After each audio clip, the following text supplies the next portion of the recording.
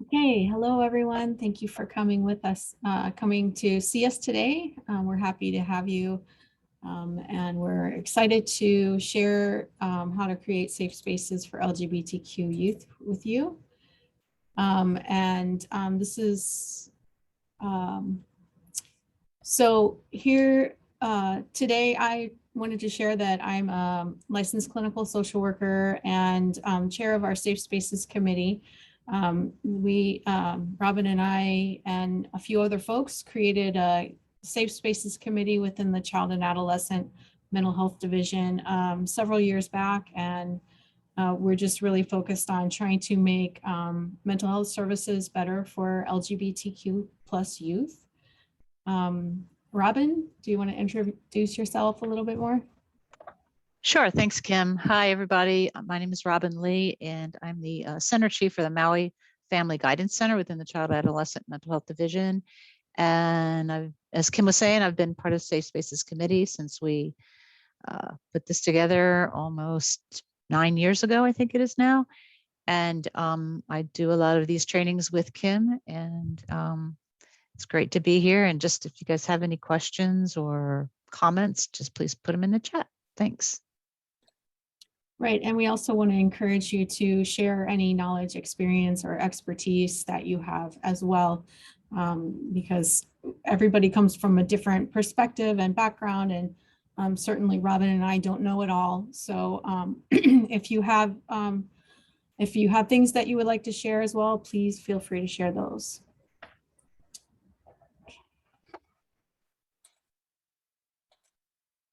So our agenda for today, Robin's going to take us through some terminology and tell us a little bit about what some of the acronyms mean. And then we're going to talk about some of the first messages that we received about gender and about sexual orientation. And then we're going to tackle some prejudice and myths. We're going to talk about some of the vulnerabilities of the LGBTQ plus population. We'll of course talk about some protective factors. We're going to show a couple of videos. One of them is called Let Her Play, and that's a video that our Safe Spaces Committee members, some of them participated in helping to create. And then of course, just how to create safe spaces. Okay, thanks, Kim. So we're going to start off with some terminology and acronyms. I know everybody's coming from different backgrounds and a different place as far as their knowledge base about LGBTQ community. So if I'm going too fast or saying terms you don't understand, please just put something in the chat.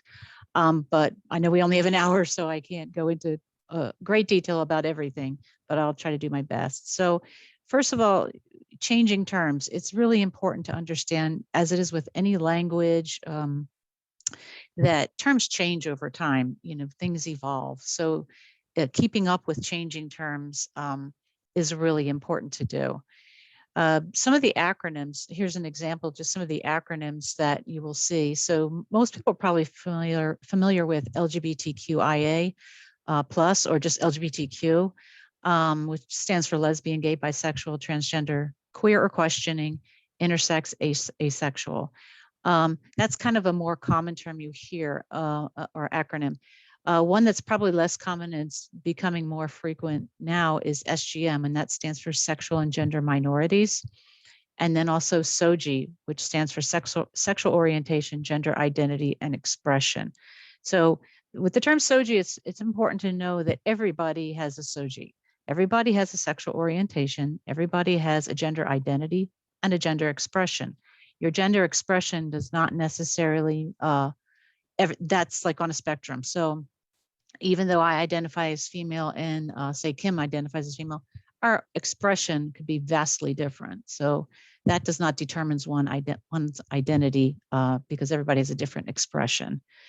Under the next terms that we have are about gender identity. So transgender is an umbrella term. So there's other identities that fall under this term, but basically that refers to someone who identifies as the opposite gender of the sex they were assigned at birth.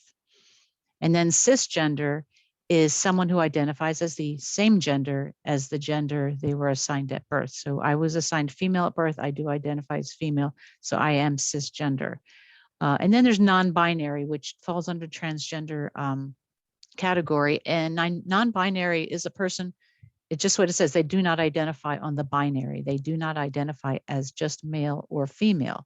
They may identify as somewhere between male and female, and they may identify as somewhere outside of the binary. Some terms that you may have heard of in Hawaii that refers to people who identify as mahu. And in the indigenous communities, it's, or Native American communities, it's two-spirit has been a term that is very commonly used as people who identify as like a third gender. And then the term queer is, it's kind of a, it's a term that's been reclaimed by the LGBTQ community. It used to be more of a derogatory term that was thrown at people. And people tend to use this, they see this as more fluid and inclusive, and not more of the traditional categories of LGBT or LGB. Okay, so it's someone's sexual orientation, they might just say they identify as queer versus saying lesbian or bisexual or gay. So it is more fluid and less traditional. So moving to the next slide. Oh, I just wanted to say that queer could also be representative of gender. So some Yes. people consider themselves gender queer. Yes.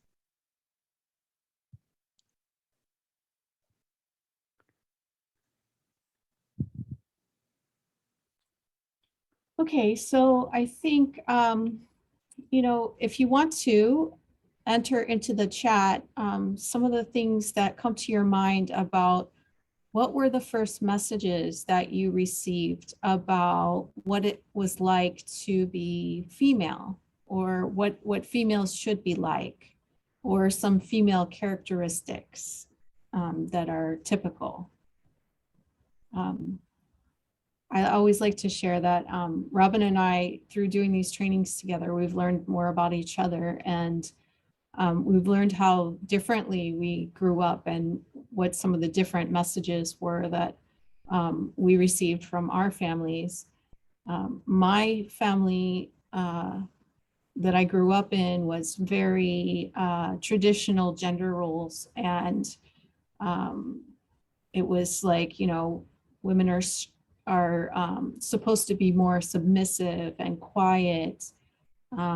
Females are supposed to be nurturing and sort of mothering. And Robin grew up kind of differently with different messages about females. Yeah, you know, when I think I had a very, my mother was very, had a very strong personality, and my dad was rather passive. So I don't know if that had anything to do with it, but I'm from a very large family, and everybody was assigned the same chores. It wasn't girls did this, boys did this. I was always taught you can do whatever you want to do. I was encouraged. I was very much into sports, very encouraged to play sports, just like any of my brothers were. Toys, even the toys they bought us were very gender neutral, or it was what you asked for. And so, but it was confusing though, because in going to school, you'd get these opposite messages, which made it very confusing as a little kid as to why are they putting these parameters on me that are not placed on me at home. So. Sorry, Yeah. I can, I'm getting some direct messages in the chat, so I made it available for everyone to now message the entire group. But some of the responses we've been getting is girls in pink, feminine, quiet, reserved, polite. First messages would be cooperative and quiet. Yeah, absolutely. Those are a lot of the same messages that I got as a child. And then, you know, some first messages that I received about male characteristics or masculine characteristics were that they're supposed to be strong and not emotional. And if you'd like to enter into the chat what some male characteristics that you were the first messages that you received about male characteristics.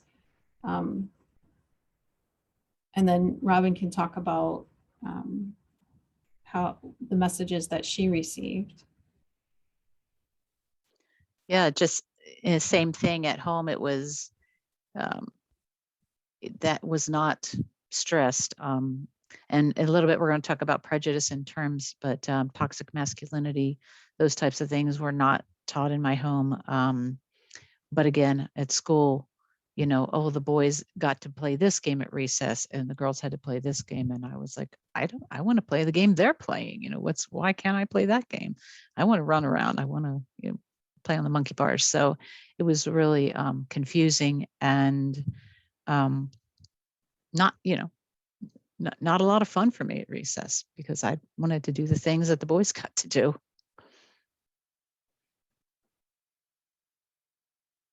Yeah. So you think about like these messages that you're getting from your family and from your teachers in school and from peers, and then you think about like also, you know, with the youth that we work with, are they getting messages from their churches, or you know what's going on with social media that they're what kind of messages are they getting from that? And then, yeah. Amanda, did you have were there some comments in the chat? Yeah, so what we've been seeing is strong, assertive leaders, stoic, reserved, hardworking. Males don't have to cook or clean. Masculine, tough, unafraid or fearless, protective. Love sports and video games. Have to do the manual labor, not complain about anything, teased if effeminate. And men were fully supported and hardworking. Yeah, yeah, those are very consistent with a lot of the messages that I received as well. What about the first messages that you received about gay people? I know in my family, the messages that I received were very like hush hush, you keep it quiet, you don't talk about it, that it's not okay to be gay. And I think in the media, when I was growing up, which was like a million years ago, it was it was made fun of. It was a joke if you know, like somebody was gay. They really didn't talk about it that much, but when they did, it was either a joke or something derogatory. Yeah, and what I recall is, I mean, even if you weren't gay, if you dressed a certain way or liked to do certain things that, you know, didn't correspond with society's version of what you're supposed to look like and do, you were teased, you were bullied, you know, and obviously we're going to talk more about that as we go forward, but that leads to mental health issues for a lot of kids and adults going into adult years. But yeah, the societal messages that are given to people, it's really important to look from where did you get those messages from and who did they come from, and you know, how have your messages evolved and your understanding and knowledge, how's that evolved as you've gotten older? Yeah. Are there messages in the chat too about that people received about being gay? Yes, so we have one that says to be protective of family members who are gay or lesbian because outsiders don't understand them and are mean. Wow. And then another one says my family was cultural and two-spirited was my orientation. It was in the school setting that it was a put down or negative. Yeah. And I also heard, oh, okay, so another one, they would tease and joke about it. Yeah, so kind of joking around, put downs. I also heard messages like, it's okay for other people to be gay, but not like my family, right? Or not within my inner circle, it's not okay. Yeah. Yep. Yeah, I think those are pretty common things that people have experienced and maybe not really talked about that much. I think one of the biggest things I received growing up is it's okay, but we just don't talk about it. Like Mhm. the old don't ask, don't tell policy. Yeah. Okay, so we're gonna move forward and talk about prejudice.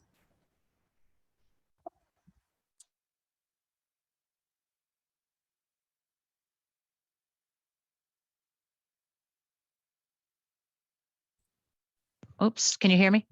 Yes. Okay, sorry, I was talking and I was on mute.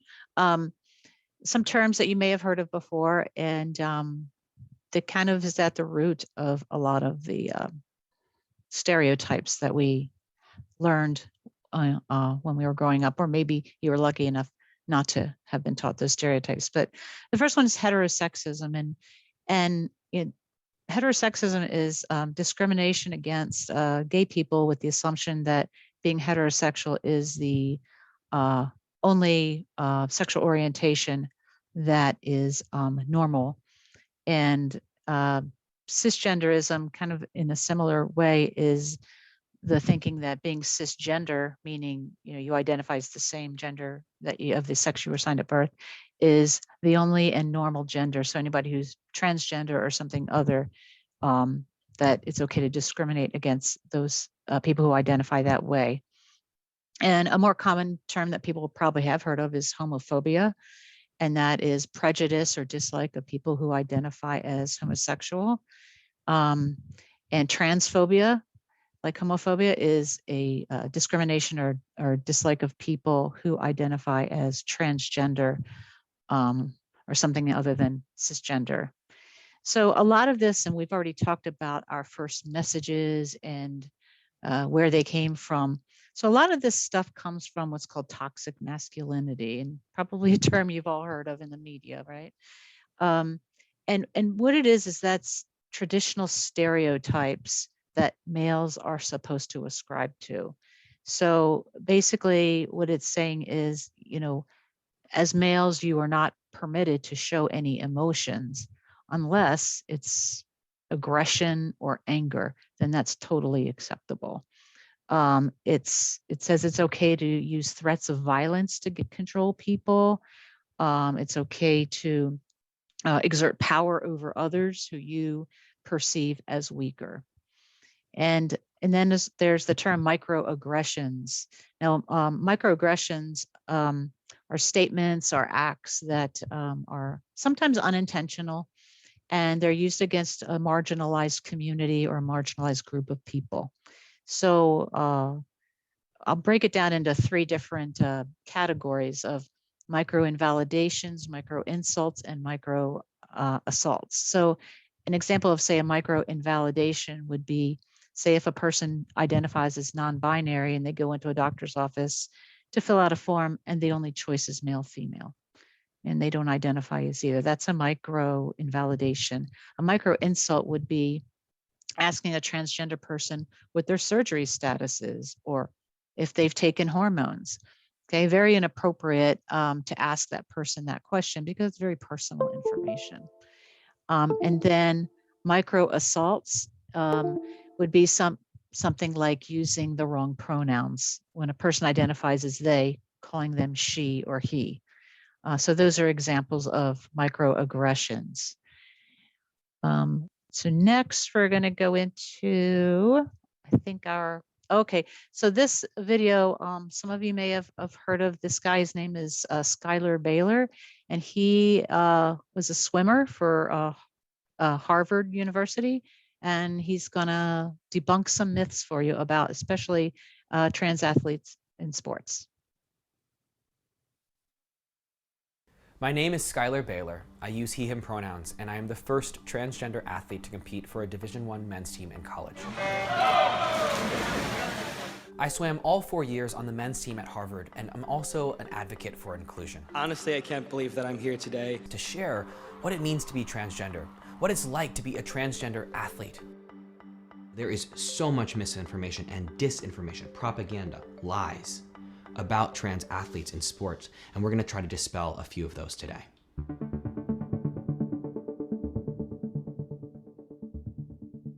A lot of people will say things like, if we let them do this, then a man is gonna pretend to be a woman so that he can win women's sports. And I don't want that to happen. No man trying to boost his ego or feel better about himself is gonna think that he's going to do that by winning women's sports. I mean, do people know anything about toxic masculinity? If you are afraid of cisgender men masquerading as women to win women's sports, you are afraid of cisgender men, not trans women.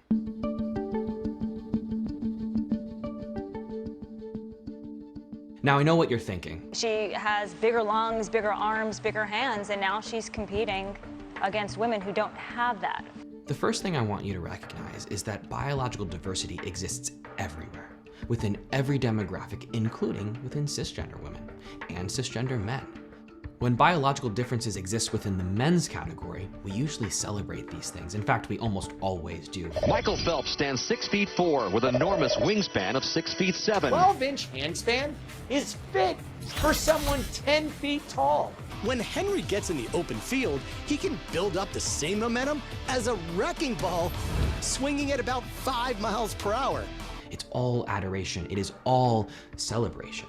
But when we look at the women's category, these biological differences are not always celebrated, especially when a woman does not fit what people think, quote, a woman should look like, what her body should be, how it should perform. Scoring that they have given to Biles undervalues her signature moves, which no other gymnast has ever performed before. There's this bias there against her. If you are too masculine, if you are too strong. Caster Semenya, she's being punished for being too fast and not conforming to Western standards of what a female athlete should look like. Especially when a woman is black or brown. She made history when she won 21 Grand Slams, her 6th at Wimbledon, but people didn't seem to notice that. They seemed to notice her shape. Referred to Serena and Sister Venus as the Williams brothers. Essentially racist tropes to depict Serena Williams. Or maybe also transgender. CeCe Telfer is a very large human being. How tall do you think this person is? Closing in on 6 feet, probably? CeCe Telfer won the women's 400-meter hurdles at the NCAA Division II championship. I wonder why. These attacks are actually riddled with racism, with transphobia, with sexism, and with misogyny.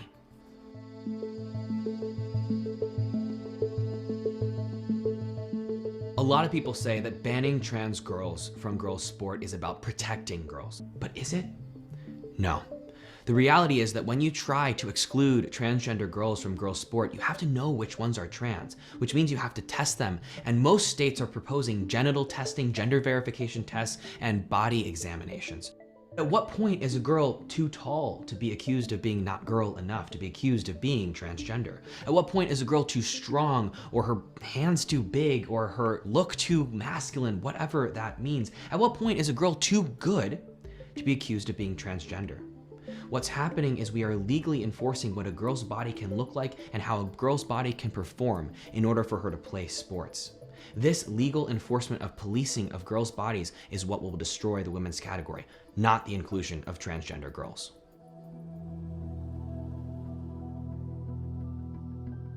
Lots of people who claim to care about fairness in women's sports never watch the WNBA, don't care about the pay gap between women athletes and men athletes, and are doing nothing to stop the sexual assault of women athletes around the world.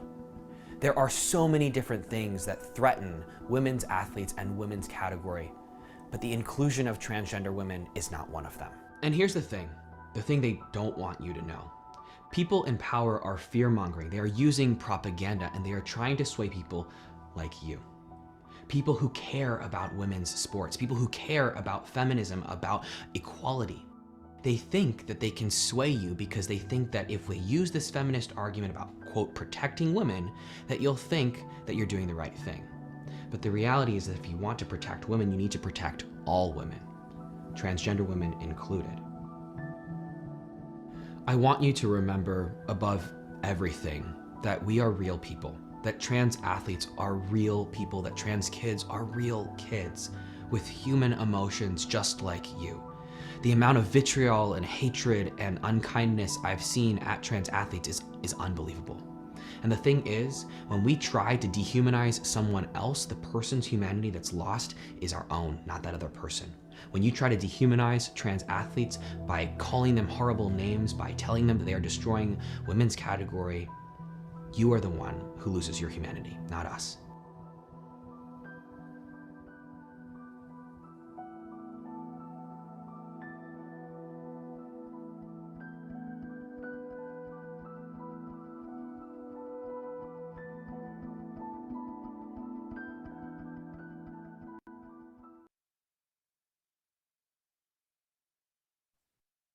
Okay, so just to let you know, bring in the concepts of minority stress and intersectionality.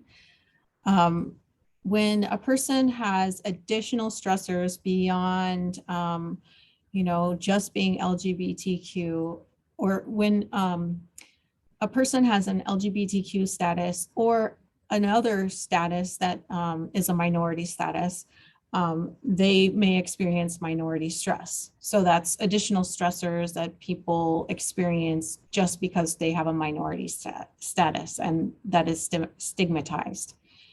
Intersectionality comes into play when sexual and gender minority individuals also experience minority stress due to some other form of racism, xenophobia, or other kind of discrimination based on their other minority statuses. So just because somebody is LGBTQ doesn't mean that they're necessarily embraced by the LGBTQ community. And because, there is racism within the LGBTQ community as well. And just because they are a person of color doesn't mean that their family embraces them just because they're a person of color if they have this LGBTQ status. There are just so many different factors that come into play. This combination, this intersectionality can really increase the minority stress in someone. Okay, so just a quick look at a survey that was done in 2015, and this was of adults who were either identified as transgender in high school or were perceived as gender nonconforming. So more than 77% reported negative experiences at school. And of that, 20% left because of mistreatment at school. 54% were verbally harassed. 24%, it's almost a quarter, were physically attacked. And 13% were sexually assaulted while at school. And as Kim was just talking about intersectionality, that typically increased the risk of being attacked in some way or mistreated in school.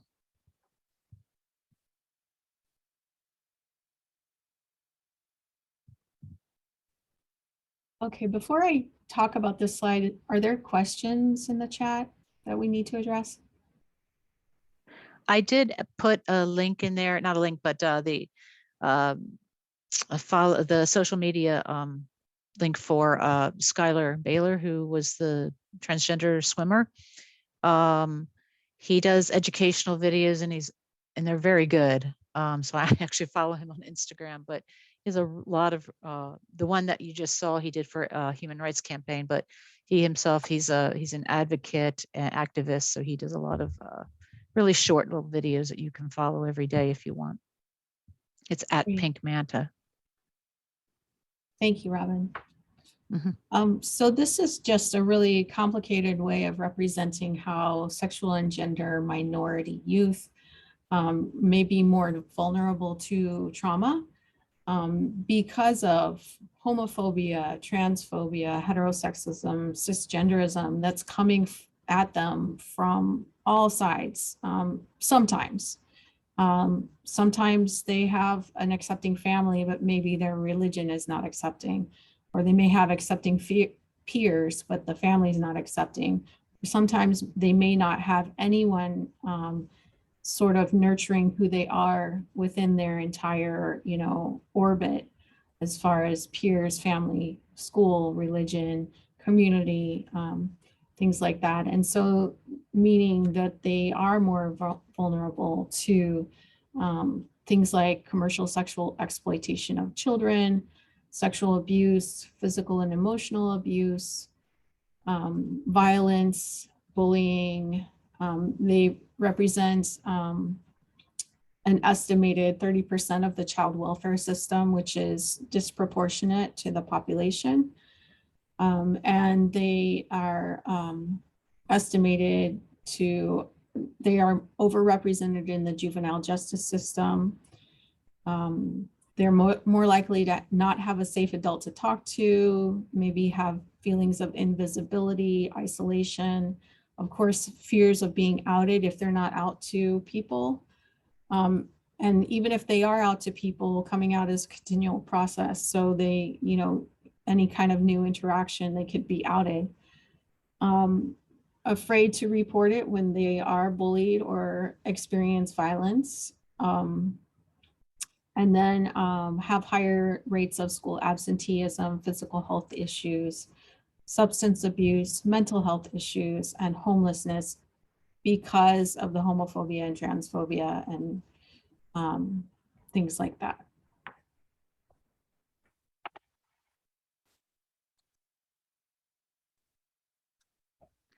Thanks. So Kim, there's a black bar that's going across the top of the screen. I wasn't sure that everybody was saying, but someone did comment. Is there a way to get rid of that? Sorry, that's the way that the Zoom, okay. You know, I guess I don't think I can get rid of it. Okay. Well, on this slide, I can tell you what it is covering is the question of, these are questions asked of high school youth in the US. And the first question in these numbers are, have you felt sad within the last 12 or consistently sad in the last 12 months? And then it goes to considered suicide in the last 12 months and then attempted suicide in the last 12 months. And the purpose of this slide is to see that the left column, I don't know if that's green or blue, that's cisgender youth responding. And then the orange or red on the right is transgender youth responses. And as you can see for the first category, it's almost double in some of cases, and it's broken into race and ethnicity.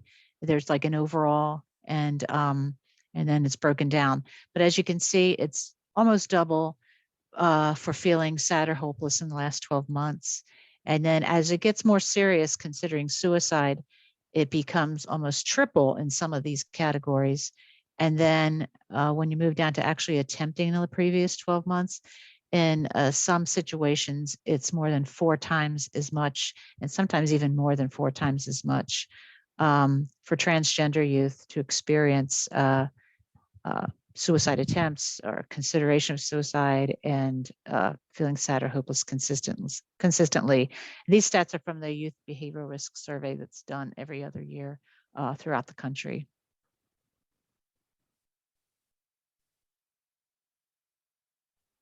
So although the risks are much higher for LGBTQ plus youth and especially trans youth, there are some ways that we can help them protect themselves or that we can protect them. And the number one way to protect LGBTQ plus youth against homophobia and transphobia and all the risks that are associated with that are affirming families. So if you have affirming people that you're with on a consistent basis in your family, then that can be hugely protective. And if you don't, if the child doesn't, then if they have at least one supportive adult in their life, that can be a really big protector for them. And going on down the list, so hopefully one protective adult in their life might be their teacher, and that might also be their GSA advisor. A GSA is a Gender and Sexuality Alliance, and it's basically like a club in school that, or an after-school club that's like celebrates diversity. And it's a way for peers, a diverse group of peers to get together and be supportive of one another. So that's another huge protective factor against suicidality and bullying. activities that build self-esteem and confidence. And this is what we're going to talk a little bit more about with showing another video, and Robin's going to go into a little bit more details also, is with sports, with trans youth in sports. But it doesn't have to be sports. It could be theater, music, art, any other kind of activities that have a positive peer group and build self-esteem and confidence. And of course, affirming policies and laws are really critical. And we're lucky to live in this state where we're really working as a community to change laws to make them more affirming. So lucky we live Hawaii. Okay, so talking about sports participation for youth, and this is really for any youth. It doesn't have to be just vulnerable youth, just LGBTQ youth, but really any youth. So being able to participate in sports helps increase opportunity. It builds resilience and empowerment, lowers risk of anxiety and depression. It lowers risk of suicide attempts and drug and alcohol use. It enhances self-esteem and self-confidence and improves academic performance. And it helps the youth feel more connected to their school and more connected to school as a social support. So sports participation, I think we all can agree, is overall a positive thing. So if someone is told they cannot participate in sports, obviously that's not something that's going to have a positive effect on that child. So I think next is our video, correct? And this is a video we made last year called Let Her Play. And it's about 12 minutes long. Oh, it's got that black box again. That could be a problem. Oops. Sorry, I'm going to do a new share. See if that goes away.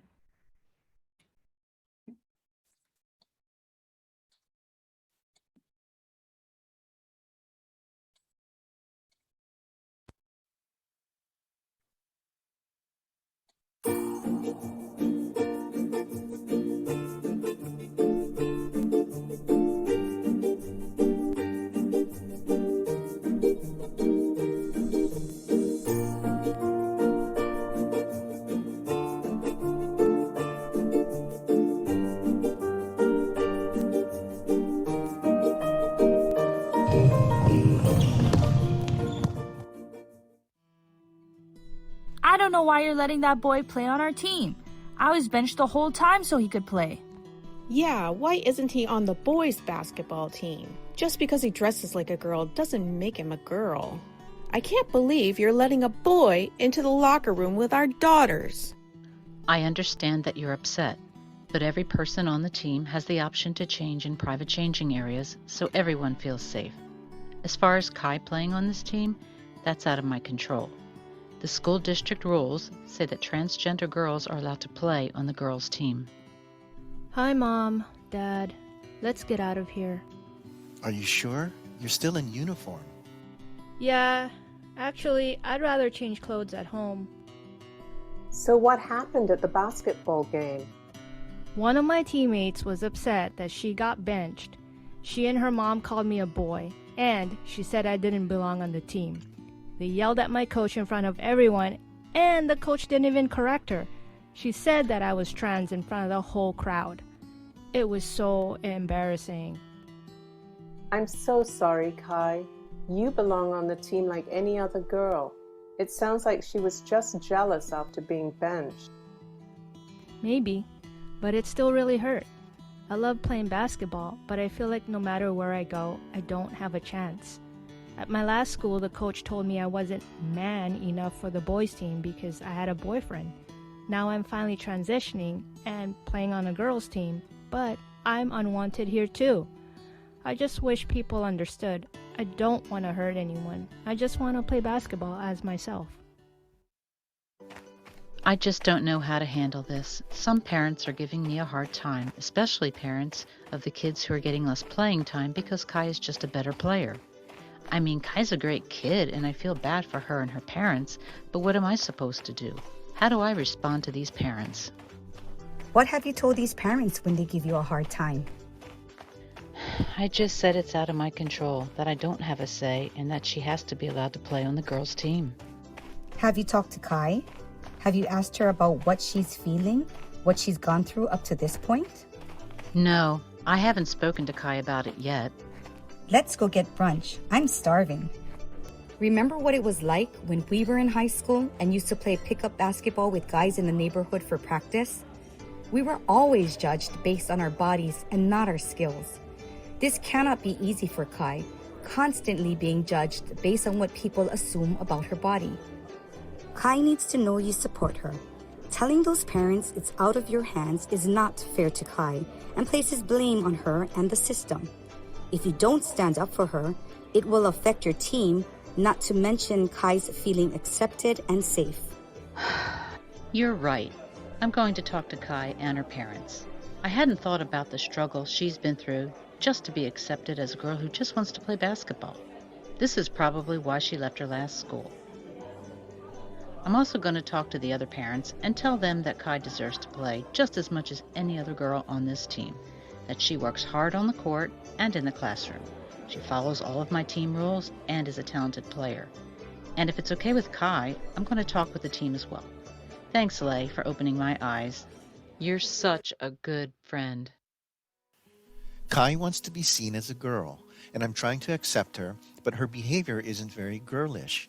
Even though she started transitioning, she doesn't show any interest in makeup and she's not shaving her legs regularly. I wish she would do things that make the girls on her team see her as a girl too. Yes, it's so hard to see the other players reject Kai. I was happy that she found a GSA because her old school gave her so much trouble for being bisexual, but it's strange to me that she only started transitioning this year. Her best friend from GSA is a trans girl, so I just worry that this is her getting caught up in her excitement and trying to fit in with new friends. I understand your concerns. You're worried Kai might be subjecting herself to bullying by not visibly committing to her identity. It might be helpful to think about Kai's gender expression and well-being now compared to her pre-transition experiences at her last school. Things were so terrible at her last school. That was the main reason why she transferred. No sissy gay boy is going to play on my team. I can't have you molesting the other boys on the team. Lord only knows what you do in the locker room. You're disgusting. I'm going to report your behavior to the principal. But I'm not even a boy. I'm a girl. But if I told him that, my life would get even worse. Why can't I be accepted for who I am? I am not harmful, and there is nothing wrong with me. What would he report to the principal anyway when there is nothing to report? Would he make something up just to try to get me into trouble? After learning more about what Kai went through at her old school, I can see why you're feeling the way you are. It must be terribly hard to see her bullied again. A lot of parents worry that their children experiment with gender to fit in, but it's also very true that Kai's last school was probably not a safe place for her to be herself. It is more likely that Kai's transitioning now because she feels comfortable around her GSA friends. That's true. I hadn't thought about it that way before, but she had to hide a lot about herself at her other school. It is also perfectly normal for transgender girls to not be stereotypically feminine. Gender expression falls on a spectrum and can take many forms, regardless of an individual's gender identity. Kai's identity as an athlete is likely an important part of how she presents too. I'm trying to be more understanding of how Kai chooses to express herself, but I feel she opens herself up to more discrimination. I understand that it can be difficult to watch Kai struggle with gaining acceptance from her peers and teachers, but forcing her to be more feminine in order to pass just reaffirms toxic gender norms. You can help Kai feel secure in her transition by allowing her to express herself in whatever way makes her feel most comfortable. Your support as her parents can make a big difference in how she feels about herself. How do other parents do it? I just feel overwhelmed seeing Kai go through all of this. Maybe it would be helpful for you to connect with your local PFLAG chapter. It's a group for parents of LGBTQ children to support each other, and many parents I've worked with in the past have found it helpful. Thank you so much. I think Kai's friends have parents in PFLAG, so we can try that out soon. Kai, can I talk to you? Sure. To be honest, Kai, I've been doing some thinking since our last game, and I realize what a poor job I did standing up for you. One of my roles as your coach is to praise your achievements and support you. You're not just here because the rules say you can be. Thanks, Coach. It has been so hard hearing hateful comments about who I am based on what other people think about my body. It is humiliating when people talk about my private parts. I don't have any advantages over the other girls. In fact, I have to work harder just to prove to others that I legitimately belong on the team. My parents had to provide letters, medical documents, statements from my doctors and a therapist, and letters from friends who knew me pre and post transition. You're a great player and you work hard. I'm proud to have you on this team. Another job I have as your coach is to make sure the team is working well together. I'd like to be a better ally, and I'd like your teammates to be as well. Is it okay if I bring that up with them and their parents? Thanks, Coach. It was a little rough having that all happen in front of everyone last time. I'd like your support a lot, but can we keep the conversation just in front of teammates for now? Of course.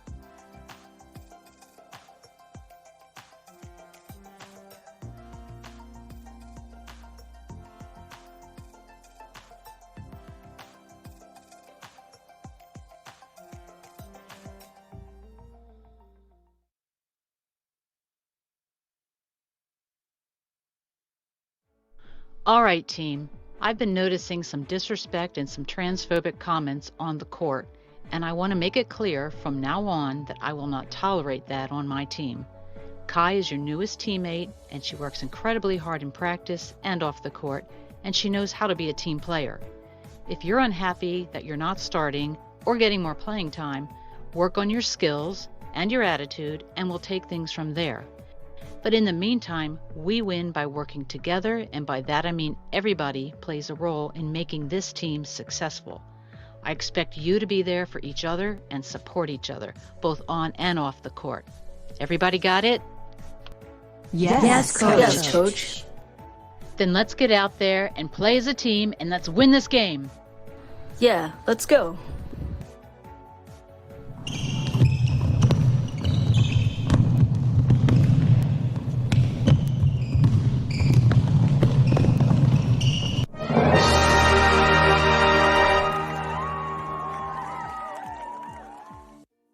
Kai, wait up.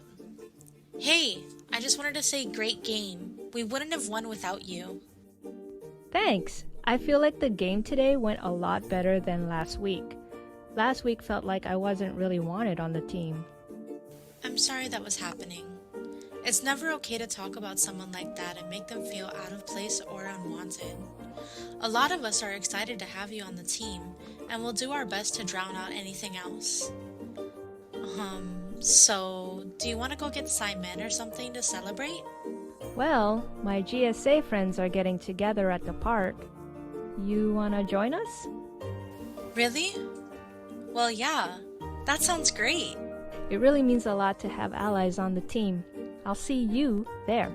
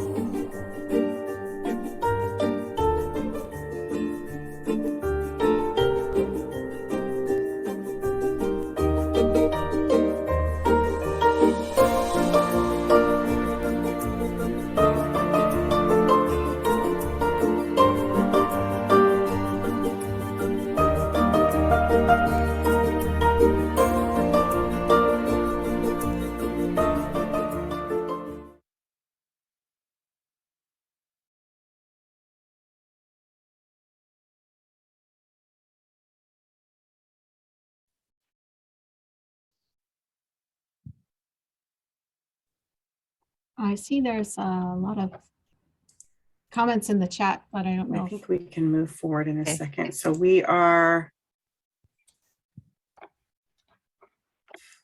okay. Oh, Maybe Kim, I'll sorry wait to one more minute interrupt, and but see we if can, any. oh, we could just see the presenter view of your slides on the back end. So when you reshare, it'll. Yeah, so while Kim is fixing that, if you have any comments or questions about the video that we made, feel free to put them in the chat. I think I can see the chat. Thank you, Brian. And thanks, Tina, for those links that you shared. I do know as far as CWS in Hawaii, I can say really quickly that someone from there who works in trying to get more information about LGBTQ youth who are in CWS custody is on our Safe Spaces committee. I can't remember her name. I'm sure Kim does, but I think it's Gina. Gina. Yeah. Yeah. So they are working toward trying to get better statistics and data on that. So I think this one's my slide. It's really important in creating safe spaces to, as we've been saying all along, examine your own beliefs. Where did your beliefs come from? We talked about first messages, things like that.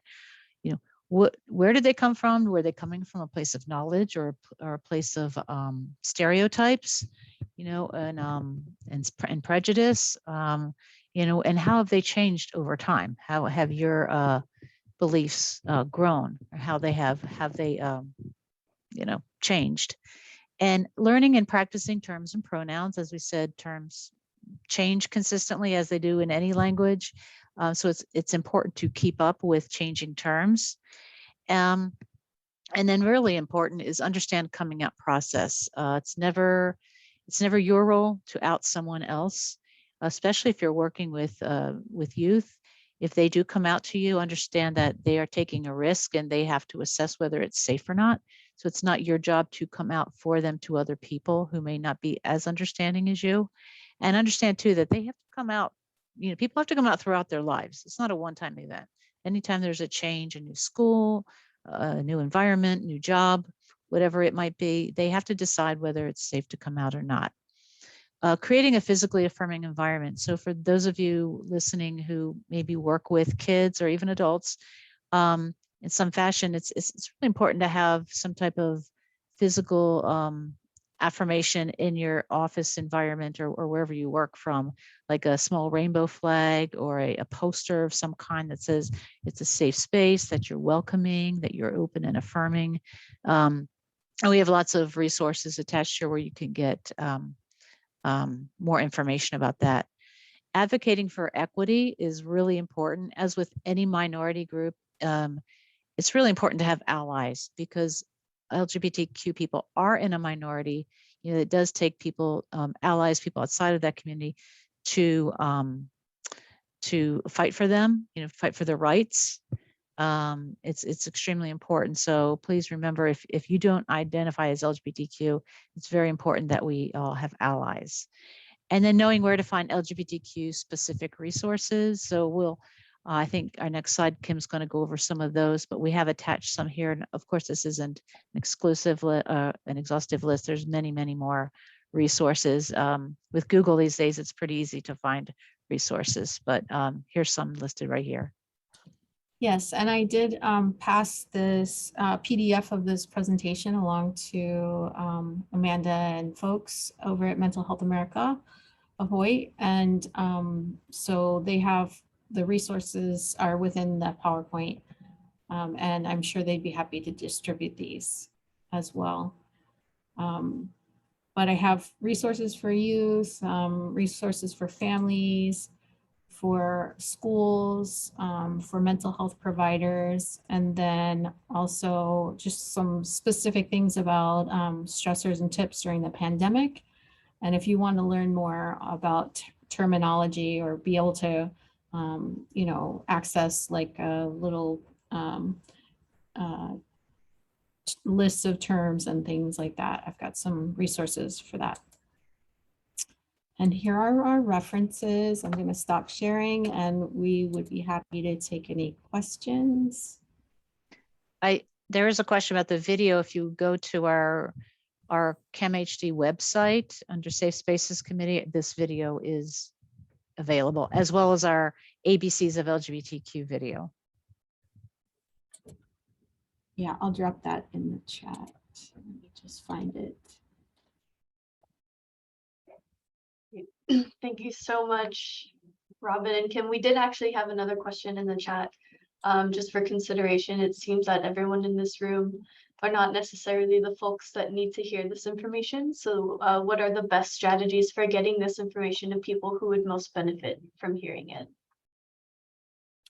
Well, I don't know about the best strategies, but I'll tell you what we've been doing is basically over the last couple of years, we've just been offering trainings to as many groups and organizations as will allow us to present.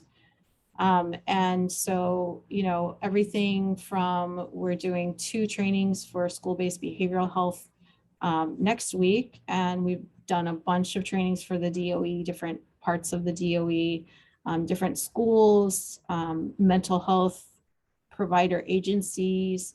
We did a training for Parents and Children Together PACT, all 150 or 200 of their employees from all their programs. I've put together trainings for just a wide variety of different groups, and we have a bunch of trainings on our website as well.